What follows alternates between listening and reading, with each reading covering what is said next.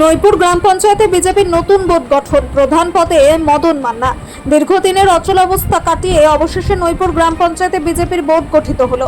শুক্রবার পটাশপুর 1 নম্বর ব্লকের বিডিও মোহাম্মদ করিমুল ইসলামের প্রত্যক্ষ উপস্থিতিতে পঞ্চায়েতের যাবতীয় প্রশাসনিক নিয়মকানুন মেনেই এই নির্বাচন প্রক্রিয়া সম্পন্ন হয়।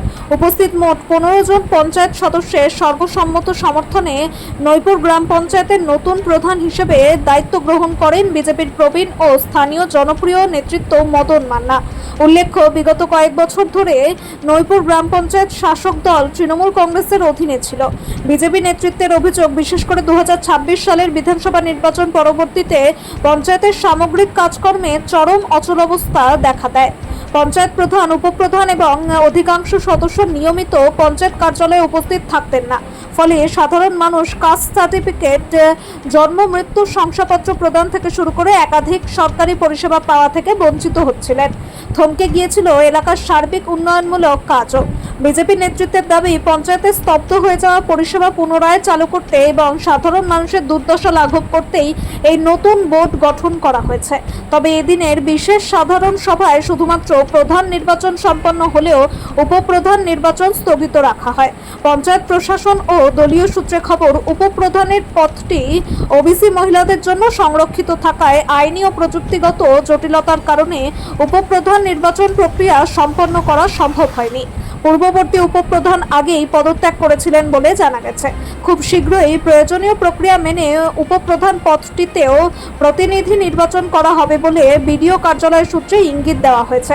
নির্বাচন প্রক্রিয়া শেষে নবনির্বাচিত প্রধান মদন মান্নাকে বিজেপি নেতৃত্ব ও কর্মী সমর্থকরা ফুলের মালা পরিয়ে এবং বর্ণাঢ্য শুভেচ্ছা স্মারক দিয়ে বরণ করে নেন। পঞ্চায়েত কার্যালয়ের সামনে উল্লাসে মেতে ওঠেন দলীয় কর্মী সমর্থকরা। বিজয়ের আনন্দ উদযাপনে উপস্থিত সকলের মধ্যে মিষ্টি বিতরণ করা হয়।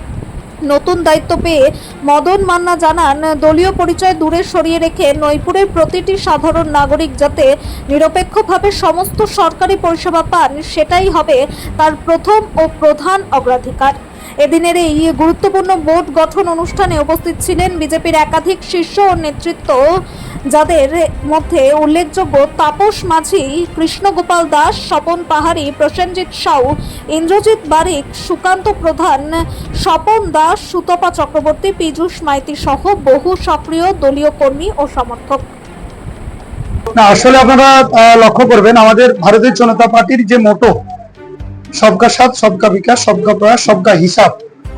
তৃণমূল কংগ্রেস একটা দুর্নীতিপরায়ণ দল, সারা পশ্চিমবঙ্গের মানুষ, আম জনতা সবাই জানে। 26 সালে ভারতীয় জনতা পার্টি ডবল ইঞ্জিন সরকার আসার পর মাননীয় শুভেন্দুবাবু এই বাংলার ভূমিপুত্র, তিনি মুখ্যমন্ত্রীর চেয়ার অলঙ্কিত করার পর তিনি বলেছেন যে আমরা পূর্বতন সরকার এবং পঞ্চায়েতের নির্বাচনে যারা বিজয়ী ছিলেন সবার আমরা হিসাব পর্যবেক্ষণ করব। যেই হিসাব পর্যবেক্ষণ করা হবে বলা হয়েছে দলের পক্ষ থেকে এবং প্রশাসনিক স্তর থেকে, তাই তৃণমূল কংগ্রেস এই পঞ্চায়েত সমিতি এবং জেলা পরিষদ এবং গ্রাম পঞ্চায়েতে আসা বন্ধ করে দিয়েছে। ফলস্বরূপ আমাদের গণতান্ত্রিক নিয়মে আমরা এই জায়গায় প্রধান এবং উপপ্রধান পদত্যাগ করার কারণেই আমাদের যে সংখ্যাগরিষ্ঠতা ছিল, যে 1/3 মেজরিটি আমাদের নির্বাচনের যা ধারা অনুযায়ী, সেই 1/3 মেজরিটি ছিল। এমনকি তৃণমূল কংগ্রেসের কিছু সদস্য তিনারাও উপস্থিত ছিলেন। তিনারা ভারতীয় জনতা পার্টির আমাদের নির্বাচিত মদন মোহন মান্নাকে তিনারাও আমাদেরকে সাপোর্ট করতে সমর্থন করেছেন, যে সৎ পথে যাতে আমাদের ভারতীয় জনতা পার্টি চলে তার উপর তিনারাও আস্থা রেখেছেন। ফলস্বরূপ সেই জায়গা থেকে আজকে স্বচ্ছতার নিরিখে এই নৈপুর গ্রাম পঞ্চায়েতে আমাদের ভারতীয় জনতা পার্টির নির্বাচিত প্রধান নির্বাচন জয়লাভ করেছে। যারা তৃণমূলের পঞ্চায়েত সদস্য তারা কি আগামী দিনে বিজেপির সঙ্গে রাজনীতি আসবে? দেখুন, সেটা তিনাদের ব্যাপার। তবে আমাদের ভারতীয় জনতা পার্টির মদনবাবুর যা ঘোষণা বা প্রধান সাহেবের যা ইচ্ছা, সেক্ষেত্রে সবকা সাথ সবকা বিকাশ, দলবদ নির্বিশেষে নৈপুর গ্রাম পঞ্চায়েত সর্বস্তরের মানুষকে সুখ দুঃখের সাথী হিসাবে বিজেপি কাজ করবে। এই জায়গায় আমরা নেতৃত্ব হিসাবে এবং উনি প্রধান সাহেব হিসেবে দায়বদ্ধতা থাকছে আমাদের। আমি প্রথমেই বলবো, দীর্ঘ টাল বাহানার পরে 2023 সালের নির্বাচনে বিগত সরকারের যারা নেতৃত্বরা ছিল তারা কিভাবে লুট করে তারা এই গ্রাম পঞ্চায়েত দখল করেছিল। কারণ এর আগে 2019 সালেও এরা বিপুল ভোটে পরাজয় হয়েছিল এই অঞ্চলে। 21 সালের নির্বাচনেও অনেকটাই পিছিয়ে ছিল এই অঞ্চলে। তারপরে 23 সালের নির্বাচনে বিপুল ছাপ্পা রিগিং করে তারা পঞ্চায়েত দখল করেছিল, কিন্তু তারপরে জনগণ রায় দিয়েছেন 2026 সালের নির্বাচনে। জনগণের রায়ের পরে আমরা আজকে এই বোর্ড গঠন প্রক্রিয়া কমপ্লিট করলাম, কারণ যারা বর্তমান বিরোধী দল তারা আজকে অনুপস্থিত থাকার কারণে এবং তারা আজকের এই প্রক্রিয়ায় অংশগ্রহণ না করার কারণে আমাদের এই বোর্ড গঠন হলো। আগামী দিনে কি লক্ষ্যমাত্রা? আগামী দিনে আমাদের লক্ষ্যমাত্রা এটাই থাকবে, সাধারণ মানুষের পরিষেবা মানুষের দোরগোড়ায় পৌঁছে দেওয়া, এটা আমাদের গ্রাম পঞ্চায়েতের লক্ষ্য থাকবে, যাতে সাধারণ মানুষকে কষ্ট করে গ্রাম পঞ্চায়েতে অফিসে না আসতে হয়।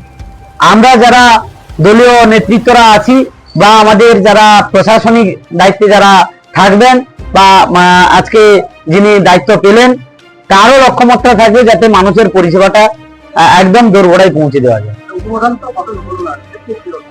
কোনো অসুবিধা নেই, কারণ আমরা আমাদের এই গ্রাম পঞ্চায়েতে ওবিসি সংরক্ষিত সিট, মহিলা ওবিসি সংরক্ষিত সিট, আজকে উনি একজন ওবিসি ক্যান্ডিডেট ছিলেন কিন্তু উনি উপস্থিত হননি, সেই কারণে আমাদের উপপ্রধান গঠন হয়নি। কিন্তু আমরা চাইবো সার্বিকভাবে সমস্ত মানুষ যাতে পরিষেবা পায়, তার জন্য সমস্ত রকম চেষ্টা এবং প্রয়াস আমরা করব। দেখুন, গ্রাম পঞ্চায়েতের কাজ দীর্ঘদিন ধরে স্তব্ধ ছিল।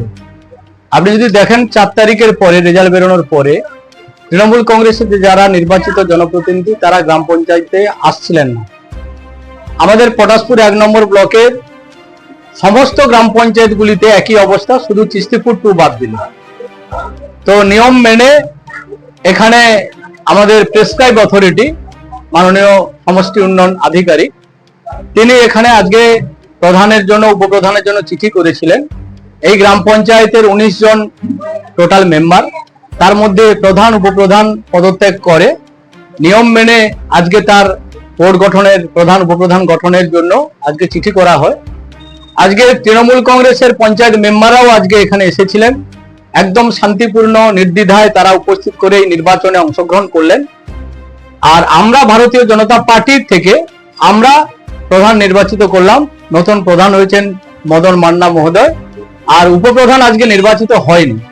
এই কারণে এই গ্রাম পঞ্চায়েতে ওবিসি রিজার্ভ থাকার কারণে ওবিসি উপপ্রধান পদত্যাগ করার পরে আজকে ওবিসি একমাত্র মহিলা যিনি ছিলেন তিনি আজকে অ্যাবসেন্স থেকে গেছেন, যে কারণে আমাদের উপপ্রধান নির্বাচিত হয়নি, কিন্তু প্রধান নির্বাচিত হলো। ত্রিস্তর পঞ্চায়েতের নিয়ম মেনে ডবল ইঞ্জিন সরকারের আমাদের কেন্দ্র এবং রাজ্যের শুভেন্দু অধিকারী মহোদয় বাংলার মুখ্যমন্ত্রী, তার হাত ধরে গ্রাম বাংলার নতুন রূপে নবরূপে শ্যামাপ্রসাদ মুখার্জির গ্রাম বাংলায় উন্নয়নের জোয়ার বইবে, এটুকু মানুষের কাছে আশ্বস্ত করতে চাই।